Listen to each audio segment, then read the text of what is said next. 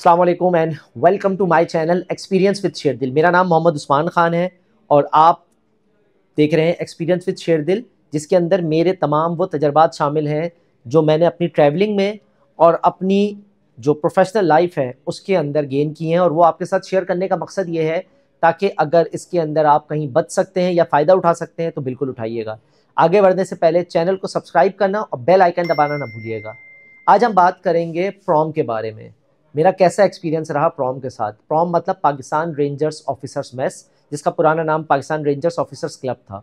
ये club block B north Nazimabad के अंदर है, और ये वीडियो बनाने का मकसद हरगिज़ किसी को तनकीद करना या रेंजर्स के ऊपर कोई तनकीद करना नहीं है, बल्कि अपना एक्सपीरियंस शेयर करना है कि मेरा एक्सपीरियंस इनके साथ कैसा रहा और हमारी मेंबरशिप जो अभी रिसेंट ख़त्म हुई है उसकी क्या वजूहात थी और आगे के क्या बातें हैं, ताकि आप अगर उनकी मेंबरशिप लेना चाहते हैं तो ये पॉइंट्स आपके काफ़ी काम आएंगे। पाकिस्तान रेंजर्स ऑफिसर्स क्लब मेरा जहाँ तक ख्याल है शायद 2007 या 8 में बना था, मुझे सही पता नहीं है। मैं उस ज़माने में उनके पास स्कॉश खेलने जाता था। 2008-9 की बात है। एज अ टेम्प्रेरी मेंबर उस ज़माने में 2000-3000 रुपये महीने की फ़ीस होती थी और हम जाके वहाँ पे स्कॉश खेलते थे एज अ टेम्प्रेरी मेंबर। उसके बाद मैंने पवेलियन एंड ज्वाइन किया था। पवेलियन एंड जब टूट गया अलादीन पार्क के साथ, तो फिर मैंने 2022 में Pakistan rangers officers club join किया। उस वक्त प्रॉक के नाम से था। 2022 जुलाई की बात है, और उस वक्त जो पुराना स्टाफ था वो काफ़ी हेल्पफुल था हमारे साथ, और उन्होंने हमसे पर member as a family member 3 lakh रुपए चार्ज किए थे हमसे, जो कि आज भी उनके पास ही रखे हुए हैं। और उन्होंने कहा था सिक्योरिटी डिपॉजिट इसमें से वापस होगा, जो कि आई थिंक 50,000 रुपये होता है। अल्हम्दुलिल्लाह सही चल रहा था अनटिल अभी अप्रैल तक। कि हुआ ये कि 2 साल के अंदर इन्होंने काफ़ी सर्विसेज दी। स्कॉश, बैडमिंटन, टेबल टेनिस था उसके अंदर, और बैडमिंटन ये अपने स्विमिंग वगैरह थी। तो फैमिलीज़ के लिए काफ़ी आसानी थी। अब हुआ कुछ इस तरीके से कि जनवरी के अंदर इनकी पॉलिसीज़ चेंज हुई, और पॉलिसीज़ चेंज होने के बाद एज अ मेंबर हमें इन्होंने बताया कि अब आपकी फ़ीस जो मंथली फ़ीस है वो 3,500 रुपये से बढ़कर 7,000 रुपये हो गई है। हमारे पास नोटिस वगैरह आए थे। अच्छा, नोटिस ये लोग नॉर्मली व्हाट्सएप पर देते हैं ग्रुप्स पर। तो 3,500 रुपये से 7,000 रुपये हो गई, जो कि अभी आई थिंक अप्रैल से अप्लाई होगा। हमने कहा ठीक है, क्योंकि मेस की सर्विस को वो बेहतर कर देते। नाम भी बदल दिया उन्होंने, पाकिस्तान रेंजर्स ऑफिसर्स क्लब से पाकिस्तान रेंजर्स ऑफिसर मेस कर दिया। अब मेस में क्योंकि नॉर्मली आर्मी ऑफिशल्स या मिलिट्री ऑफिशल्स ही होते हैं, उनकी फैमिलीज होती हैं, तो हमें भी हैरानी हुई कि एज अ सिविलियन हमें इन्होंने कैसे अलाउ किया। बट खैर, चीज़ें चल रही थी, हमारे पास कार्ड भी थे, सब कुछ था। पाकिस्तान रेंजर्स ऑफिसर्स मेस में अप्रैल के बाद से इन्होंने फीस बढ़ाई, सर्विसेज भी काफ़ी हद तक बेहतर की, लेकिन रूल्स एंड रेगुलेशन और स्ट्रिक्ट कर दिए। जैसे कि आप स्कॉश खेल सकते हैं, उसके साथ साथ आप जब उसमें जाते हैं, जिम में जाते हैं, तो अलग से जूता यूज़ करना है आपको। पहले वो नहीं था ऑप्शन। फिर हुआ कुछ इस तरीके से कि बैडमिंटन कोर्ट से इन्होंने एसी वगैरह हटा लिया। आई डोंट नो क्या वजह है, क्या वजूहत थी। तो हमें काफ़ी प्रॉब्लम्स फेस होना शुरू हो गई। फिर अभी 22 जुलाई से 25 जुलाई के दरमियान हमें नोटिस आता है कि आप लोग की मेंबरशिप को टर्मिनेट कर दिया गया है।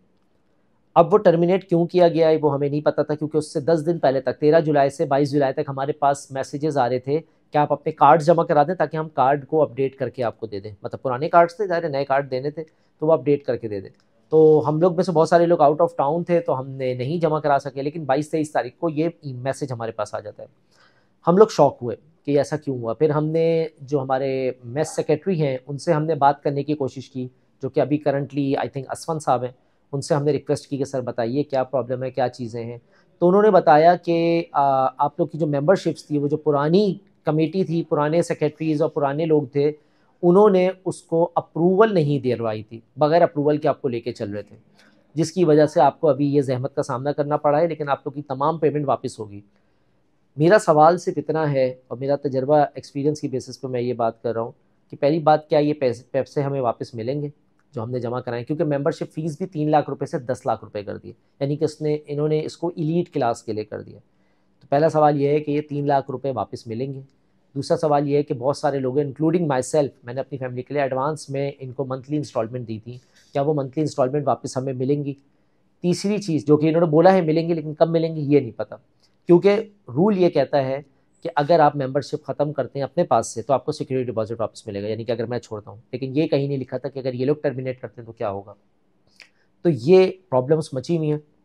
तीसरी बात ये है कि अगर मेंबरशिप अप्रूव ही नहीं हुई थी तो कार्ड इन्होंने कैसे दिया, हमें 2 साल तक अलाउ कैसे किया 2021 वालों को। अच्छा ये प्रॉब्लम आई 2022 से 24 के दरमियान में, 21 वालों का भी शायद नहीं आई, उनको भी आ जाएगी मोस्ट प्रॉब्ली। तो 2 साल तक इन्होंने हमें अलाउ कैसे किया, हमें रसीदें कैसे मिलती रही, हमें पेमेंट्स कैसे मिलती रही, हमें अंदर जाके फैसिलिटीज़ कैसे अवेल करने दिया इन्होंने। ये तमाम बातें मैनेजमेंट से मुझे पूछनी है कि अगर गलत थे तो फिर आपको उनसे पूछना चाहिए, ना कि हमसे। तीसरी बात जो सबसे इम्पॉर्टेंट है वो ये है कि अभी जिन्होंने एडवांस पेमेंट दी हुई है वो सर्विसेज क्यों नहीं अवेल कर सकते, जबकि आपने उनसे एडवांस पेमेंट भी ली हुई है और आपने उनको इमीडिएट टर्मिनेट कर दिया है। तो क्या आपका राइट नहीं बनता कि आप अपनी मैनेजमेंट से पूछें, ना कि सिविलियंस के ऊपर ये चीज़ें आप अप्लाई करें। चौथी चीज़ ये है कि अब क्योंकि पाकिस्तान रेंजर्स ऑफिसर्स मैस हो गया तो ये बात वाज़ेह है कि सिविलियंस को वहाँ दाखिला नहीं है। जब सिविलियंस को दाखिला नहीं है तो जो लोग आगे मेंबरशिप लेना चाह रहे हैं और जो लोग फॉर्म भर चुके हैं उनसे रिक्वेस्ट है कि अपनी मेंबरशिप को रिवोक करें और आगे कंटिन्यू ना करें। जिस तरह हमारे पैसे फंसे हैं, जिस तरह हमारे इश्यूज़ आ रहे हैं, कभी ना कभी कहीं ना कहीं आपको भी वो इश्यूज़ का सामना करना पड़ेगा और आपको भी इमीडिएट टर्मिनेशन मिलेगी। तो कोशिश करें कि ये चीज़ें आप ना करें और अपने आप को इन चीज़ों से दूर रखें। और इस मेंबरशिप को अगर आपने अप्लाई कर दिया है तो पेमेंट सबमिट ना करें जब तक हम लोग के इश्यूज़ रिजॉल्व नहीं हो जाते, वरना आप भी इस इशू को फेस कर सकते हैं। उम्मीद है आपको ये मैसेज और ये चीज़ें समझ में आई होंगी। अपना बहुत सा ख्याल रखें। Thank you.